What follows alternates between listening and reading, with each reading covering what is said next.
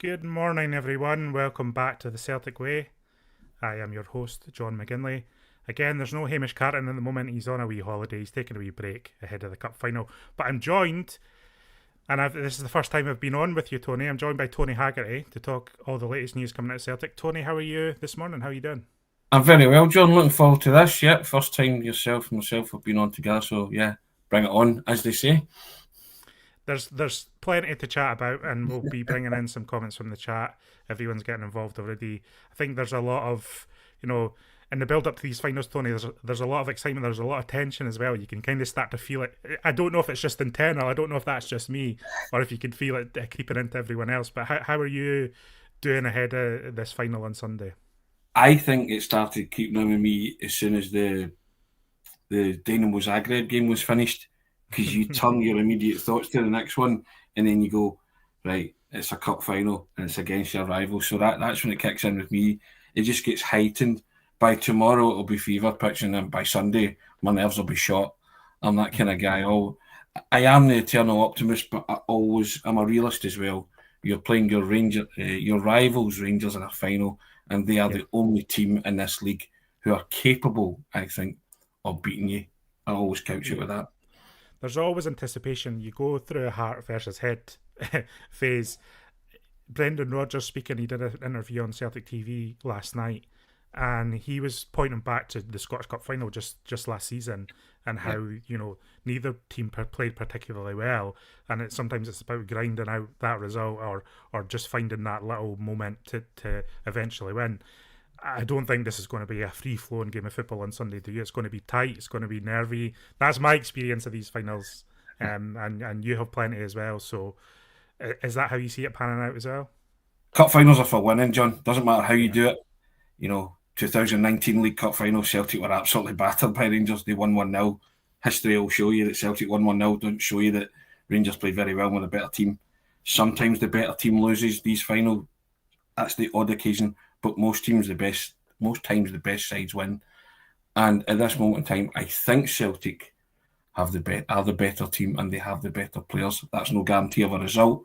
And I think this is a hell of a lot tighter than most people would have predicted 2 or 3 weeks ago. I think the Yeah. Rangers have hit a bit of form in the lead up to this. That cannot be underestimated. And Celtic are still getting results, maybe not playing with the same style and flair and panache that we've seen earlier in the season. So I'm like you. I think this will be a really, really tight game. Yeah. And that's not to say I don't think Celtic will win, because I think the trust that the Celtic team have built up around themselves over the last few years is exceptional. Just even going back to Scott Brown era, but into Callum McGregor, they've earned the trust that they will find a way to win on Sunday. It's just there'll be a lot of confidence. There'll be a lot of we might blow them away or we might do this, we might do that. But I think everyone just needs to relax and just let Celtic do their thing on Sunday, and see how it pans out then, because I do agree Rangers are up for this now. I mean, Yeah, we both watched the match last night against Spurs. They do feel like they're improving a little bit from where they were earlier in the season, and I know we beat them comfortably. But this is a totally different match, totally different circumstances. And Rodgers has been quick to point that out in the build up. There's no complacency in the Celtic camp. There never really is with Brendan Rodgers and Cal McGregor in there. But there's no arrogance or complacency, and that's exactly where you want Celtic to be. yeah. I think you place your trust in this manager and this group of players, John. And every time they've come to those big games, they have that big game mentality, and they know that if they turn up, they will find a way to win. First and foremost, it's about turning up. There's a spring in Rangers step, and I can understand that because they've strung together some decent results. You can talk about the calibre of opposition that they've played. It doesn't matter, you still have to beat who's in front of you. And they played very well last night, albeit you were a bit surprised by Tottenham, or were you surprised by Tottenham because you read the mood music going into that, and the Yeah. headlines about Ange Postecoglou's side at the minute. But yeah, I just think that you're playing against a team who have everything to prove to you and want to prove it to you, and that will give them that extra spurt of energy. So you have to match that at all levels. And I just think, like you, this manager and this group of players, they've been over the course and distance before. and they just know how to dig it out when they have to. And as I say, it's no guarantee of a result, but I trust them to be able to dig deep and come up with something. And again, if they do turn up and they play the way that they can play, then they will win this football match because they are a better team by virtue of that, with better players. And I kind of touched on it with Ryan yesterday, but I just feel like Celtic have more match winners in the team. Like, if across that front line, all three of them can do a job against Rangers. Maeda, Kyogo, Kun. They're all capable of turning up in big moments as well. And I think that will just be critical in just getting Celtic over the line on this one. In terms of like team selection and the calls that Brendan Rodgers is going to make, just before we came on air, we were talking about the midfield, weren't we, Tony? And that seems to be where the biggest, decisions that Rodgers has to make. Obviously, Luke McCowan is cup tied for it, so that rules him out and might make things a little bit easier. But who are your starters in that midfield three? First of all, who do you think should play, and who do you think Rodgers will play? Right, who I think will play is Bernardo, Hatate and McGregor. Right. That's who I think should play. Who Rodgers will play might be different. It might be different because he does like Engels, doesn't he? He really does like Engels, and so he might factor in Engels. But I'm like you. You talk about match winners. I always talk about, like, I call it a front six, but I talk from middle to front, and I think Celtic have got match winners in abundance from middle to front, and even guys coming off the bench like Adam Ida as well. So I just think Bernardo's earned the right to be there. Hatate, I'm going to give him a hall pass for the other night. Forget it, bin it, it's gone. You are a creative type, and Hampden suits you. And he's proved it before, especially against Rangers in cup finals when he set up Kyogo for goals and stuff like that. So I want that. I want Hatate to bring that to the table again. And obviously McGregor will always feature because he's your inspirational captain and a wonderful record he has as well. So that would be my three, John. I don't know if you agree with that or you would make any. I actually do. And I think some will be a bit squeamish about the Hatate. I think... and that's purely because of the back of Tuesday night. He didn't have his best game. There's no getting around that. There's no other way to say it. But I do think Hatate has the potential to bring something different and unique to that Celtic midfield that can hurt Rangers.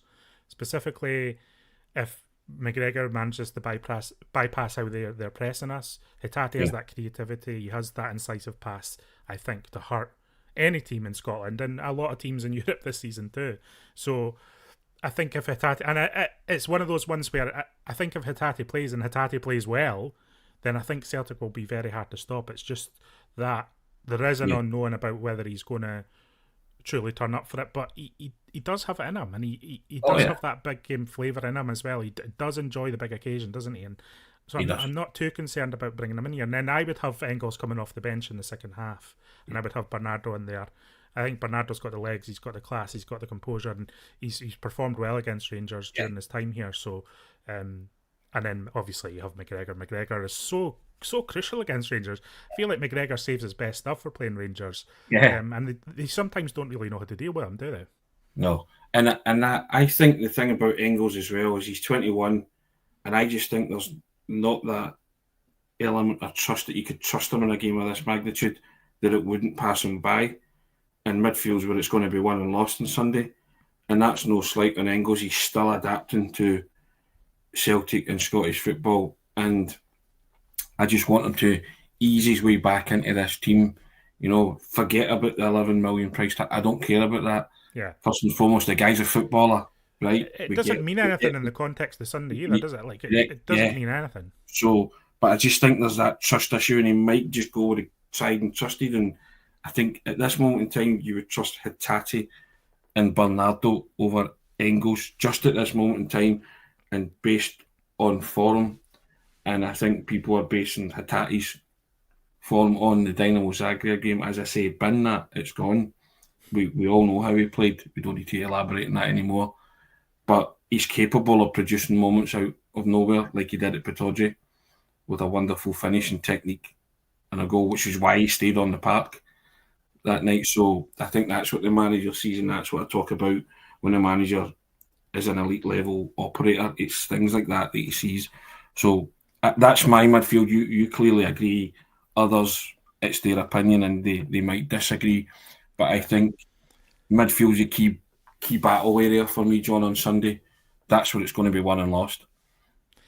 So just for balance sake, we do have some chat members who do feel they wouldn't have a tatty in the team. Norrie Boy saying I wouldn't have a tatty near the team on Sunday. Thomas, John James Muirhead, Hatate cannot start on Sunday. His performances are getting worse. So there are people out there, just for balance sake, that feel that Hatate shouldn't be playing on Sunday, and that's fair enough. It's all about. I think that's fair comment, John. Yeah. You know, I don't disagree. Don't disagree with them in the sense of that's their opinion, and that's what they're seeing, and that's what they're watching. So that's fine. As I say, it's ultimately the day the manager's going to make those big calls, isn't he? But you and I seeing it similarly, other people are seeing it differently, and that's what it's all about. One of the other talking points I feel like in the team, I think most of the rest of the team picks itself. I think you have Trustane, Carter Vickers in that central defence. You have Alistair Johnston, if he's fit. We'll find out more from Brendan Rodgers later today. He didn't signal anything in his interview on Celtic TV. He kind of intimated that the squad were all good, but we might hear more about Johnston later, and we'll have coverage of that in the Celtic way. Kasper Schmeichel in goal, obviously, he's been excellent. And then left back, maybe people will think that Alex Valle, and this will be a crucial call from Rodgers, won't it? Because I think Czerny is. He didn't play well against Celtic in the first derby of the season, not at all. And Taylor actually did a really good job against them. But Czerny's improved, hasn't he, in the week since, and he's banging in a few goals. And I think Rangers will probably see that side of the pitch as where they may get their most attacking joy. So whoever is selected in that left back area, whether it's Greg Taylor or Alex Valle, they're going to have a big game, aren't they? Yeah, and we spoke off air. We both like Valle, but we reckon Brendan might go with Taylor. and that's the conundrum, isn't it? Personally, I would like to see Valle up against Czerny. It's just my personal preference. But with Taylor, you know, he can play that inverted thing, full back role as well. But I don't think there'll be much scope for Taylor to venture forward, or either of them to venture forward, if they are doing a solid job on Czerny. You'll keep them busy, and you'll have to watch that at all times. So, but it's the manager's call, and he usually favours Taylor for the big games, doesn't he? Or he likes to. And rightly so, I think. I mean, Taylor does get criticism, and I accept that, and there might be questions in terms of his, how he steps up to European competition, etc. But Taylor's record against Rangers is very, very good, and I think the performance he put in against Rangers and the win earlier in the season was excellent as well. So it's not as if I'm worried about starting Taylor or anything like that. Alex Valle is an interesting option against Czerny. There'll be a bit more energy. It's just about having the defensive discipline, I think, first and foremost. Just because it's a cup final, it's the big open pitch on Hampden. Things can happen, and you don't want. Celtic won't be going too gung-ho, and I think you even saw that in that, the win against them early in the season. They kind of sat off Rangers a bit in the opening 10-15 minutes, trying to figure them out, working them out, and I think that will serve Celtic well again on Sunday. I don't think Celtic are going to come out at 100 miles an hour, and obviously then the tactical discipline of Taylor or Valle becomes absolutely crucial. Is that how you see it? Again, do you think Celtic are just going to try and figure Rangers out a bit and just see what they're all about on Sunday before really starting to get at them? I actually think Rangers might come out of traps and try and get something to cling on to and hold on to. That's the way I see it, because I think, as I say, they'll be championing. They're desperate for a result in a big game against Celtic, absolutely desperate, a meaningful victory. So you might have to weather some kind of storm. And I say weather some kind of storm, that I think they'll come flying at you. But fine. I think Rodgers will be expecting that. I'm half expecting it. So and I just think if they can contain that and quell it and then just ease themselves into it, because I think if Rangers do that and they don't score in the period where they do that, then I think it'll be there for the taking for Celtic, because they will grow into the contest, and you know what they're like. They just kind of size everybody up, say, right, okay, well, that's what you've got. Here's what we've got. And we spoke about it earlier. Those match winners, they can be quite potent if all goes to plan and they all turn up and they're all on their A game. So I just think that, and that's the problem that Rangers have, isn't it? It's the problem that Clement has.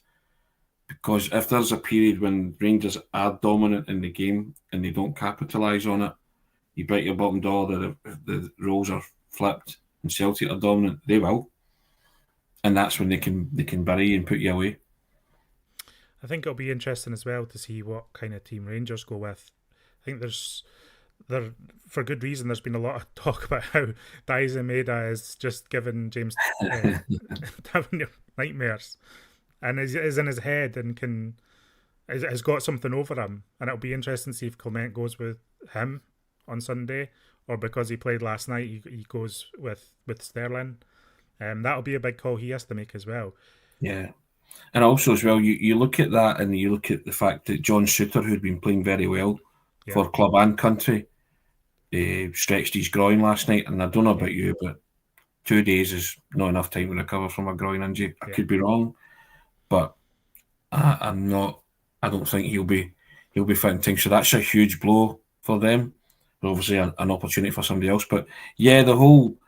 If an era is defined by players, Tavernier's era could be defined by, Daisen Maeda chasing shadows every time he comes up against them. And it's that music that Clement has to deal with on the way in. Because see, if he does pick him, is he sending out the wrong message? And if he does pick him, the Celtic fans immediately get lifted. Daisen Maeda gets lifted. And he just seems to have some kind of hex over him, doesn't he? And despite the fact that Tavernier's actually scored a couple of goals against Celtic in these fixtures, they've all amounted to nothing, really, haven't they? Yeah, I agree, and I think it's actually something. It's almost silly to say, but it would be a risk for them to play their captain against us on Sunday. That's how I feel about it. And that's an incredible thing to say, isn't it? That's an incredible thing to say. And because sorry, on you go. No, it's just, and so. Is Clement willing to take that risk? Is he willing to hang his hat on that? Is he bold enough to not play James Tavernier? Like, is he bold enough to do that? I guess we'll find out. And again, that's I think a lot of it Sunday will hinge on how Rangers do approach it, because you back your own manager and Celtic set of players to get the job done, regardless of who they come up against. And I think it's the subplots and the messages that are going to be sent out with the team selections come Sunday, and for a fact that if Tavernier plays, Celtic supporters get a boost from that. It's like there's no two ways about it. And if you're the opposition manager, do you want to do that? And that's why I think you're right. Sterling probably could come in with Tavernier playing the other night, last night, and he actually played okay. Real dilemma he has, and then obviously has to counter Souttar's injury, see what he does with that. So he's got headaches, but it's not really Celtic's concern, is it? No, of course it's not. And I think Celtic will fancy getting at this Rangers defence, especially if Souttar is out. Like you say, if all things fall well and Celtic play well in the match, then I think Rangers are there for the taking. I don't think it's overconfident to say that. I think that confidence is earned based on the evidence of what we've seen of Rodgers against Clement and just the pattern of silverware over the last few years. Just to switch gears a little bit, I know there's a lot of talk about Johnny Kenny this morning. Just that seems to be the most latest news regarding Celtic. He scored 2 goals again in the Conference League last night. He's top scorer in that competition, Tony. Shamrock Rovers have a good shot of getting into that top 8, and which is it's such a good run for them. I know it's the third tier European competition, but that's an exciting thing for them, and it's good for Johnny Kenny. And after the match, he confirmed in an interview that he is coming back to Celtic to train in January. There was reports of that last week, and he has confirmed that now. So he will be getting a training opportunity. Brendan Rodgers will get to see what kind of progress he has made out on loan at Shamrock Rovers. I think he scored 20 goals in all competitions for them, which is a good return, and I don't think happens often at Shamrock Rovers. And the chat is that he can perform that kind of young third striker role that Rodgers has talked about, wanting to be fulfilled. It's a feel-good story, isn't it? What more can he do to impress the manager, or give him another glance? He's doing what he's asked to do when he's out on loan. He's fulfilling, his duties, scoring 20 goals in all competitions, the top scorer in the Europa Conference League, and that's no mean feat for a Shamrock Rovers player, and Shamrock Rovers in touching distance of the top 8. I just think that's an incredibly feel-good football story, and Kenny's part of that. And if the manager wants to bring him back, put him in training and have a look at him, then you'll see his improvement, then you'll see his development, and you can help him with that. Because scoring it for Shamrock Rovers in the league, people dismiss the level, but you're scoring at Europa Conference League level. That's a calibre of team there that's probably on a par with teams that you play in the Scottish Premiership. So I by all means, bring him back and have a look at him, and let him give himself the opportunity, the platform, and the chance to see if he can be that third striker. And good luck to him, I say, and well done to him for what he's achieved so far. Because guys go out on loan and it's out of sight, out of mind. This boy's banging in goals right, left, and centre at the levels that he's playing at, and he's saying to the manager, "I'm still around," And he came with a reputation for being prolific, didn't he? Yeah. And you can't get enough prolific goal scorers in your team. If this guy can come in and play against the likes of Ross Counties, Motherwells of this world and do the business, I'm happy for that, John. And also, helps you rotate Ida, helps you rotate Kyogo without any kind of real damage being done. The goal scorers are goal scorers. They'll score if you give them the opportunity and that chance to shine. And I think he's earned it, and I'm glad he's coming back. And I would like to see Rodgers get his claws into him again and refine him again, and see if he can make a push for that third striker role, that young player that he wants in there. I think he's got a bit of fire in him as well. He feels like he's got something to prove. Yeah. And I like that in a player. That's a trait I really, really like to see. And I think it's especially serves a striker well. It just gives them focus in those big moments where they've got to convert a chance. And I do like that. So we'll see how that pans out. And again, I think I said this last week, but nobody's expecting Johnny Kenny to come into Celtic and set the world on fire. But he's going to get his training opportunity. And I think that's what he's earned going out on loan. And that's what you want from a loan. So he's coming back a confident young man, isn't he? Yeah. If you're bulging the net with increased regularity, you're busting to say, I can do that there. Let me try and do it, from my parent club. And Rodgers is the kind of manager that will say, okay, you've earned this shot, go and do it. I'm thinking of the Scottish Cup in January, early January, so, that's, would you try him then? Possibly, you don't know. So, listen, there's an opportunity there for Johnny Kenny now. He has to grasp it, and good luck to him. Yeah, good luck to him. Just turning back to today then, and the build up to Sunday, we've got Brendan Rodgers' press conference later. Mm-hmm. What do you think the messaging will be from the manager today? What do you think he'll be coming out with? I think he's always big on humility, John, isn't he? This is an honest, hard-working bunch of players, and the humility that seeps through him. He'll emphasise the importance of it, and that you're playing for the supporters, and it's their day more than everything else. You know what it entails. He's got a wonderful record at Hampden, isn't it? That's the thing. You don't want to jinx and against Rangers. Yeah, correct. So it's I think this is what stands Celtic in good stead.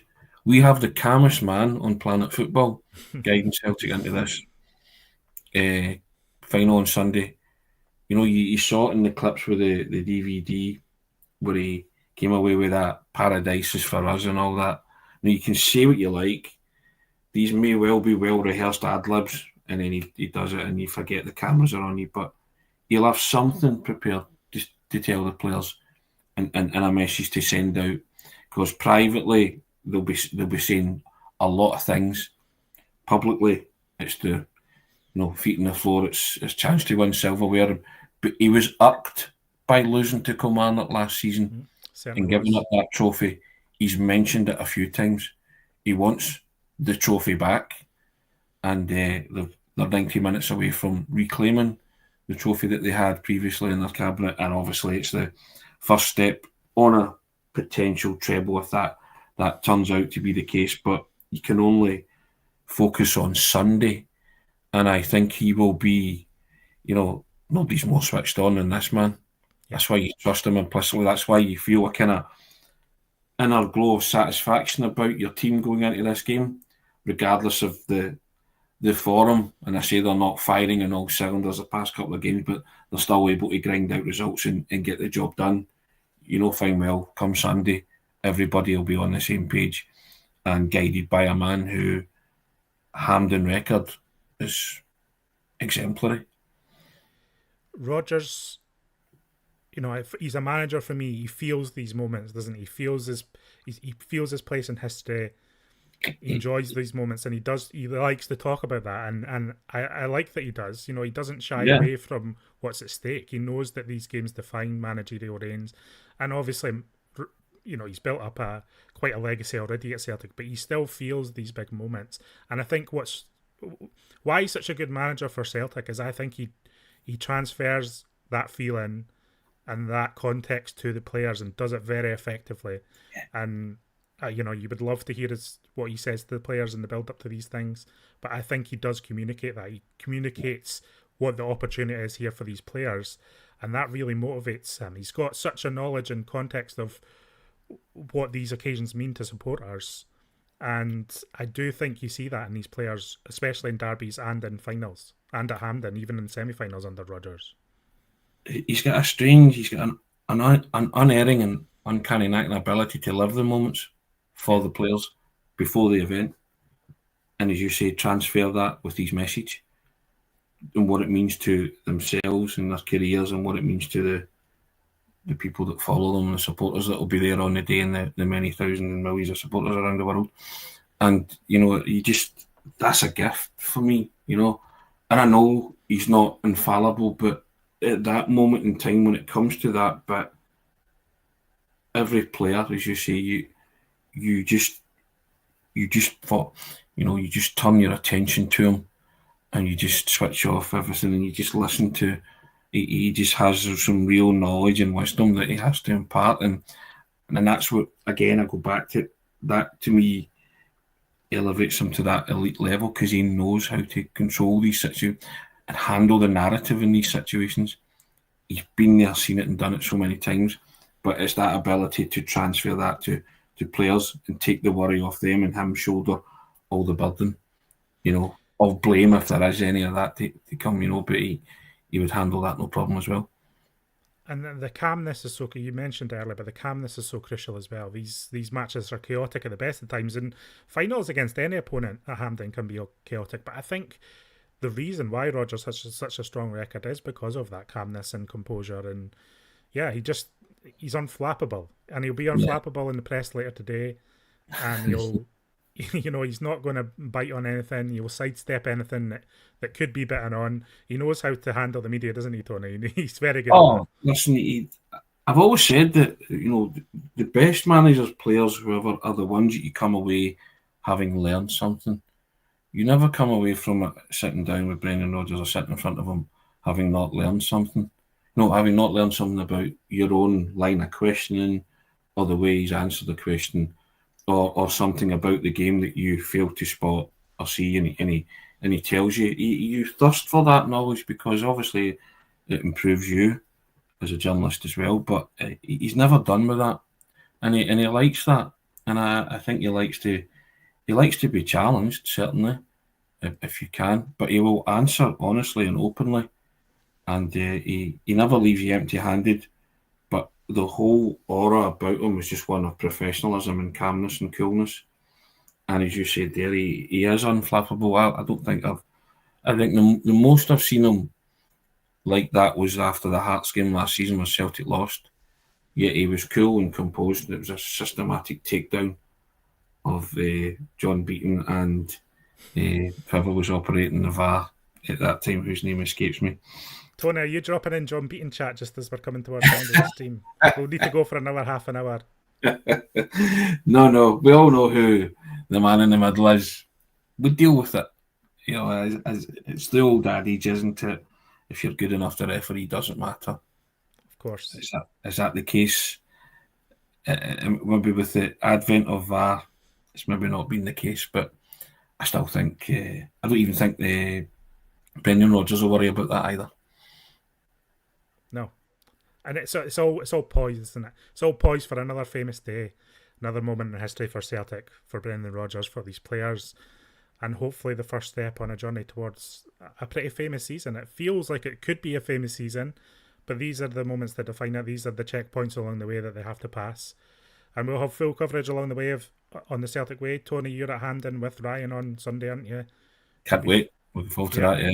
You'll be fully covering that for us on the channel and on the website. We'll have full coverage on the website later today of whatever Brendan Rodgers is saying in the media in the build-up and the players. We've got stuff on the site just now. Alan Morrison has had a close look at how Celtic compared to other teams in Europe, just the underlying performance metrics and all that good stuff. He thinks his things are good.